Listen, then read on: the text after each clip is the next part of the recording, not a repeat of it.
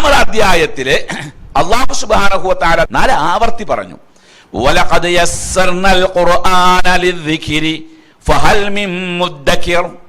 നിശ്ചയമായും നാം ഈ ഖുർആനെ ആലോചിച്ച് മനസ്സിലാക്കുന്നവർക്ക് വേണ്ടി എളുപ്പമാക്കിയിരിക്കുന്നു.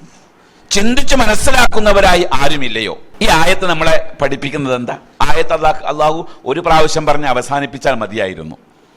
പക്ഷേ ഒരധ്യായത്തിൽ 4 പ്രാവശ്യം അല്ലാഹു ഈ ഒരു പോയിന്റ് പറയുമ്പോൾ അതിൽ നിന്ന് നമുക്ക് മനസ്സിലാക്കാൻ കഴിയുന്നത് ചിന്തിച്ച് മനസ്സിലാക്കാൻ കഴിയുന്ന കാര്യമാണ് ഖുർആൻ.